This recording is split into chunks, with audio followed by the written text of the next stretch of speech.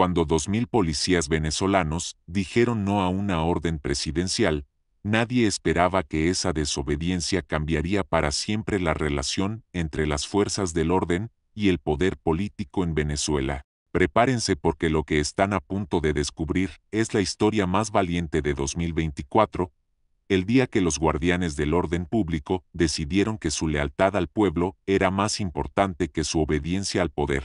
Era un viernes tenso, de agosto, cuando el comandante José Ramírez, oficial de 45 años con 22 años de servicio en la Policía Nacional Bolivariana, recibió la orden más difícil de su carrera. Después de una mañana relativamente tranquila en su oficina del Comando Central de Caracas, su teléfono sonó a las 2:30 de la tarde. Era una llamada directa del Ministerio de Interior. Comandante Ramírez, se requiere su presencia inmediata en el Palacio de Miraflores para recibir instrucciones especiales del presidente. José había recibido llamadas similares durante su carrera, pero algo en el tono urgente de la voz le generó una sensación de inquietud que no pudo ignorar. Se dirigió al palacio, acompañado por 3 de sus oficiales de mayor confianza, el Teniente María Fernández, especialista en control de multitudes con 15 años de experiencia, el sargento Carlos Mendoza, experto en operaciones especiales, y la capitana Ana Rodríguez, jefa de la División de Inteligencia Comunitaria. En el Palacio de Miraflores, fueron recibidos por el general Roberto Silva, ministro de Interior, y el coronel Diego Herrera, jefe de operaciones especiales de la Guardia Nacional. La reunión se realizó en el Salón de Crisis, una habitación que José conocía bien pero que siempre le generaba tensión porque sabía que se usaba solo para situaciones de emergencia nacional. El general Silva comenzó la reunión sin preámbulos. Comandante Ramírez, mañana sábado a las 10 de la mañana se realizará una concentración no autorizada en la Plaza Bolívar. Según nuestros reportes de inteligencia, esperamos entre 15.000 y 20.000 manifestantes. La orden presidencial es clara: la concentración debe ser dispersada antes de que crezca y se vuelva incontrolable. José escuchó atentamente, pero cuando el general Silva continuó con los detalles de la operación, sintió un nudo en el estómago. La estrategia será un cerco progresivo con uso de gases lacrimógenos, cañones de agua, y si es necesario, detenciones masivas. El presidente ha sido muy específico: no podemos permitir que esta manifestación se convierta en un precedente para futuras protestas. La capitana Ana Rodríguez, quien había estado tomando notas, levantó la mano. General, tenemos información sobre la naturaleza de la protesta. ¿Hay indicios de violencia planificada o amenazas a la seguridad pública? El coronel Herrera respondió: según nuestros informes, es una protesta pacífica de familias que se oponen a la nueva política de racionamiento eléctrico. No hay indicios de violencia, pero la concentración no tiene permiso y puede generar inestabilidad. José sintió que algo no encajaba. Durante sus 22 años de servicio, había participado en cientos de operaciones de control de multitudes, pero siempre había una justificación clara de seguridad pública. Esta vez, la orden parecía ser dispersar una protesta pacífica simplemente porque el gobierno no quería que ocurriera. General, con todo respeto, ¿podemos revisar los protocolos legales para este tipo de operación? El general Silva lo miró con seriedad. Comandante, la orden viene directamente del presidente. Los protocolos legales están cubiertos por la declaratoria de estado de excepción que se activó esta mañana. Su trabajo es ejecutar la orden, no cuestionarla. José sintió un escalofrío. No había escuchado nada sobre una declaratoria de estado de excepción, y sabía que ese tipo de medidas requerían justificaciones constitucionales específicas. De regreso a su comando, José reunió a su equipo de confianza en su oficina privada. Necesito que revisemos todos los protocolos y marcos legales para la operación de mañana. Algo no me parece correcto. La capitana Ana, quien tenía formación en Derecho, revisó cuidadosamente los documentos. Después de 2 horas de análisis, su conclusión fue contundente. Comandante, la declaratoria de estado de excepción fue firmada esta mañana, pero no se publicó en Gaceta Oficial ni se notificó a la Asamblea Nacional como requiere la Constitución. Técnicamente, no tiene validez legal. El teniente María agregó otra preocupación. José, he estado monitoreando las redes sociales y los medios. Esta protesta es organizada por familias afectadas por los cortes eléctricos de 12 horas diarias. Son padres de familia con niños pequeños, abuelos que necesitan equipos médicos eléctricos, trabajadores que han perdido empleos porque sus negocios no pueden operar sin electricidad confiable. El sargento Carlos, quien vivía en uno de los sectores más afectados por los cortes eléctricos, añadió, «Comandante, mi propia familia está sufriendo estos cortes. Mi hijo de 8 años no puede hacer tareas porque no hay luz en las tardes. Mi esposa perdió su trabajo en una panadería que cerró porque no podía operar con tanta incertidumbre eléctrica. Esta gente no protesta por capricho político, protesta por supervivencia». Esa noche, José no pudo dormir. Había dedicado su carrera a proteger y servir al pueblo venezolano, pero ahora se le pedía que actuara contra familias que simplemente querían servicios básicos funcionando. Recordó el juramento que había hecho 22 años atrás. Juro proteger la vida, la integridad, la seguridad y los derechos de todos los ciudadanos venezolanos, sin distinción de clase social, política o económica. A las 6 de la mañana del sábado, José convocó a una reunión extraordinaria con todos los comandantes de las estaciones policiales de Caracas. En total, eran 47 oficiales responsables de más de 2.000 policías que participarían en la operación. José había tomado la decisión más arriesgada de su carrera, iba a plantear sus dudas abiertamente. Compañeros, antes de proceder con la operación de hoy, necesito que todos estemos claros sobre lo que se nos está pidiendo hacer. José explicó detalladamente las inconsistencias legales de la declaratoria de estado de excepción, la naturaleza pacífica de la protesta, y las razones legítimas de las familias para manifestarse. Como comandantes, tenemos la responsabilidad de asegurar que nuestras acciones sean legales, proporcionales y justificadas. El comandante Luis Torres, veterano con 25 años de servicio, fue el primero en expresar sus dudas. José, yo también he estado revisando los protocolos. Mi esposa es abogada y me confirmó que sin publicación en Gaceta Oficial, la declaratoria no tiene validez. Además, dispersar una protesta pacífica, sin justificación de seguridad pública específica, podría constituir violación de derechos constitucionales. La comandante Patricia Morales añadió, en mi sector, he recibido decenas de llamadas de madres de familia preguntando sobre el permiso para la protesta. Estas no son personas con agenda política, son ciudadanos desesperados por una situación que afecta directamente su calidad de vida y la de sus hijos. Durante 2 horas, los 47 comandantes discutieron no solo los aspectos legales, sino también los éticos y prácticos de la operación. El consenso fue claro. La operación tal como estaba planteada no cumplía con los estándares legales y éticos que habían guiado su servicio policial durante décadas. José tomó la palabra final. Compañeros, tengo que tomar una decisión, que puede terminar con mi carrera, pero que creo es la correcta según nuestro juramento y nuestras convicciones. Voy a llamar al general Silva para informar que no ejecutaremos la operación tal como está planteada. Propongo que en lugar de dispersar la protesta, proporcionemos seguridad para garantizar que se desarrolle pacíficamente. El silencio en la sala fue absoluto durante varios segundos. Luego, la comandante Patricia se puso de pie. José, si tú tomas esa decisión, tienes mi apoyo y el de mi estación. Uno por uno, los 47 comandantes expresaron su apoyo a la propuesta de José. No era solo lealtad personal, era una decisión colectiva basada en principios profesionales y éticos. A las 9:30 de la mañana, media hora antes del inicio programado de la operación, José llamó al general Silva. General, después de revisar cuidadosamente los protocolos legales y evaluar la situación sobre el terreno, mi equipo y yo hemos determinado que la operación tal como está planteada presenta inconsistencias legales significativas. Proponemos modificar el enfoque hacia seguridad preventiva para garantizar una manifestación pacífica. La respuesta del general Silva fue inmediata y furiosa.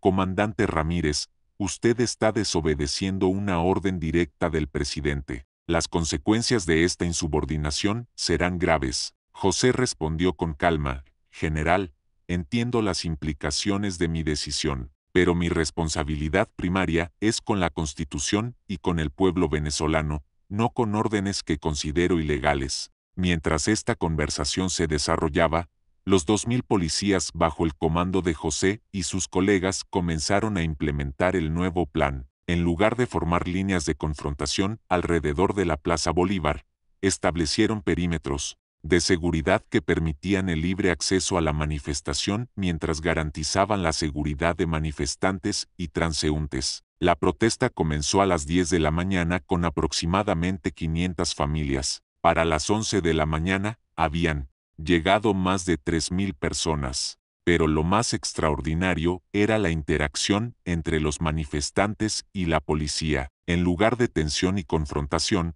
había un ambiente de respeto mutuo. Los policías conversaban con las familias, escuchaban sus preocupaciones, y en algunos casos, expresaban comprensión por su situación. María González, madre soltera de 34 años con 2 hijos, se acercó al sargento Carlos Mendoza, oficial, gracias por estar aquí protegiendo nuestra protesta en lugar de dispersarnos. Mi hijo de 10 años tiene asma y necesita un nebulizador eléctrico. Con los cortes de 12 horas, a veces no puedo darle sus tratamientos. Carlos respondió, señora, estamos aquí para proteger sus derechos. Su causa es justa y su protesta es pacífica. Hacia el mediodía, la noticia de la desobediencia policial había llegado al Palacio de Miraflores. El presidente Maduro convocó una reunión de emergencia con su gabinete de seguridad. ¿Cómo es posible que 2000 policías desobedezcan una orden presidencial directa? Esto es insubordinación y debe tener consecuencias inmediatas. El general Silva informó, presidente, el comandante Ramírez alega inconsistencias legales en la declaratoria de estado de excepción. Dice que sin publicación en Gaceta Oficial, la operación carece de base legal. El ministro de Defensa agregó, señor presidente, hemos consultado con asesores legales y efectivamente hay un vacío procedimental en la declaratoria. Maduro se enfrentaba a una situación inédita.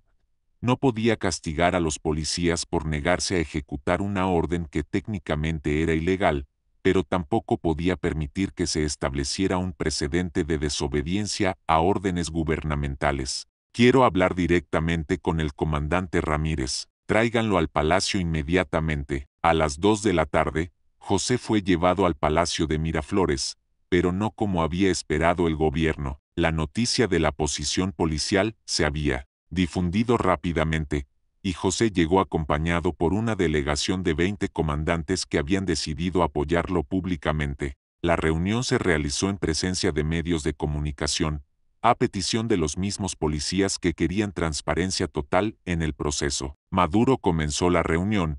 Comandante Ramírez, su desobediencia a una orden presidencial es un acto grave que puede tener consecuencias severas para su carrera y para la disciplina de las fuerzas del orden. José respondió, señor presidente, con todo respeto, mi lealtad primaria es con la Constitución que usted mismo juró defender.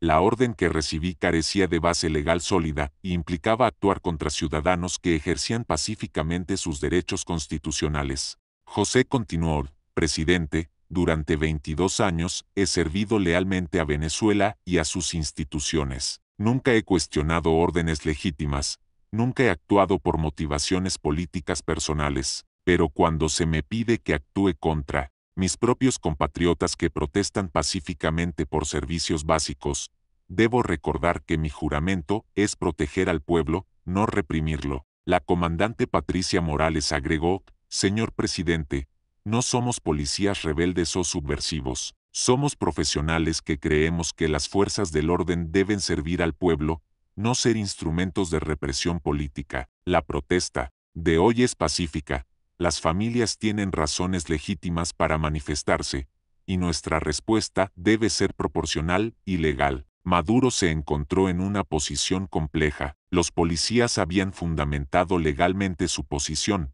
la protesta había sido pacífica, y reprimir a los oficiales podría generar una crisis mayor en las fuerzas del orden. Después de una hora de discusión, tomó una decisión que sorprendió a todos. Comandante Ramírez, su análisis legal tiene mérito. Voy a ordenar una revisión completa de los protocolos para declaratorias de estado de excepción y operaciones de control de multitudes. Pero Maduro agregó algo más significativo.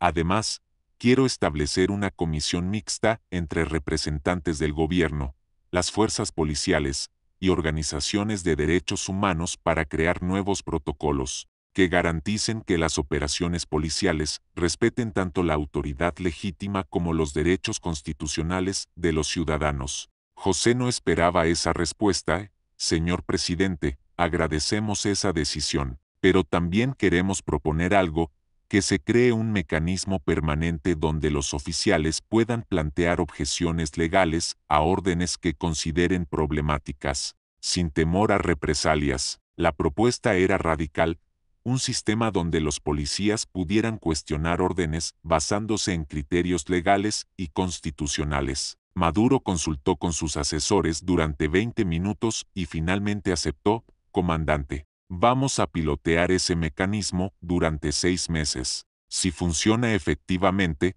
lo institucionalizaremos permanentemente. 3 días después, se publicó en Gaceta Oficial el Protocolo de Objeción Legal Policial, que permitía a oficiales de cualquier rango plantear objeciones fundamentadas a órdenes que consideraran ilegales o inconstitucionales. El protocolo incluía protecciones contra represalias y un proceso de revisión rápida con participación de expertos legales independientes. El impacto del nuevo protocolo fue inmediato. En las semanas siguientes, varios oficiales utilizaron el mecanismo para cuestionar operaciones que consideraban problemáticas. En la mayoría de los casos, las objeciones llevaron a modificaciones que mejoraron la legalidad y efectividad de las operaciones policiales. Un mes después del incidente, José recibió una condecoración inesperada, la Orden del Mérito Policial, por integridad institucional. En la ceremonia, Maduro dijo: el comandante Ramírez nos enseñó que la verdadera disciplina policial no es obediencia ciega,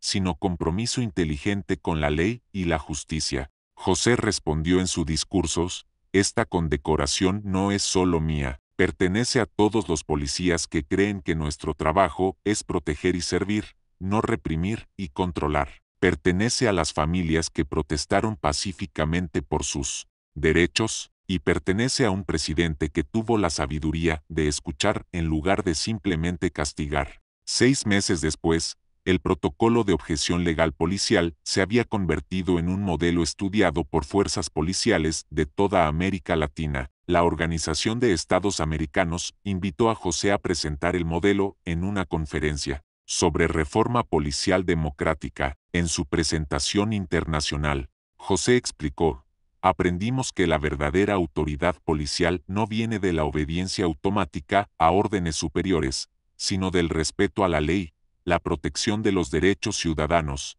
y la integridad profesional. Un policía que no puede cuestionar una orden ilegal no es un profesional, es simplemente un instrumento. El protocolo venezolano fue adaptado por fuerzas policiales en Colombia, Perú y Ecuador. En cada país, se ajustó a las particularidades legales locales, pero mantuvo el principio fundamental: los policías tienen la responsabilidad profesional de actuar dentro del marco legal, incluso cuando eso implique cuestionar órdenes superiores. 2 años después del día que cambió todo, José continuaba sirviendo como comandante, pero ahora también coordinaba un programa de entrenamiento en policía democrática y constitucional que se había implementado en todas las academias policiales del país. El programa incluía formación intensiva en derechos humanos, marco legal policial y técnicas de resolución pacífica de conflictos. María González, la madre soltera que había hablado con el sargento Carlos durante la protesta, se había convertido en coordinadora de un programa de diálogo comunidad-policía. El comandante José y sus oficiales nos demostraron que la policía puede ser verdadera protectora del pueblo. Ahora trabajamos juntos para construir seguridad basada en confianza mutua. El sargento Carlos Mendoza fue promovido a teniente y ahora dirige un programa piloto de policía comunitaria en sectores afectados por cortes eléctricos. Su trabajo consiste en conectar a las familias con recursos gubernamentales y organizaciones civiles que pueden ayudar con las consecuencias de la crisis eléctrica. En el tercer aniversario del incidente, se realizó una ceremonia en la Plaza Bolívar, el mismo lugar donde había ocurrido la protesta que cambió la relación entre policía y ciudadanía. José fue invitado como orador principal, junto con María González y varios oficiales que habían participado en la decisión histórica. José concluyó su discurso con una reflexión que resumía la lección aprendida: el día que dijimos no a una orden ilegal, no estábamos siendo rebeldes o insubordinados. Estábamos siendo fieles a nuestro verdadero juramento: proteger y servir al pueblo venezolano. A veces, la mayor lealtad institucional requiere el coraje de decir no cuando el no es lo correcto. Esta historia nos recuerda que en una democracia funcional, todas las instituciones, incluyendo las fuerzas del orden, deben estar subordinadas a la ley y a los derechos ciudadanos, no a la voluntad política de quienes ejercen el poder temporalmente. Cuando los policías tienen el coraje de defender la legalidad por encima de la obediencia ciega, toda la sociedad se fortalece. ¿Te ha impactado esta increíble historia de cómo los policías venezolanos defendieron los derechos ciudadanos y transformaron las fuerzas del orden? Si te quedaste con ganas de más contenido así, no olvides darle like a este video y suscribirte a nuestro canal,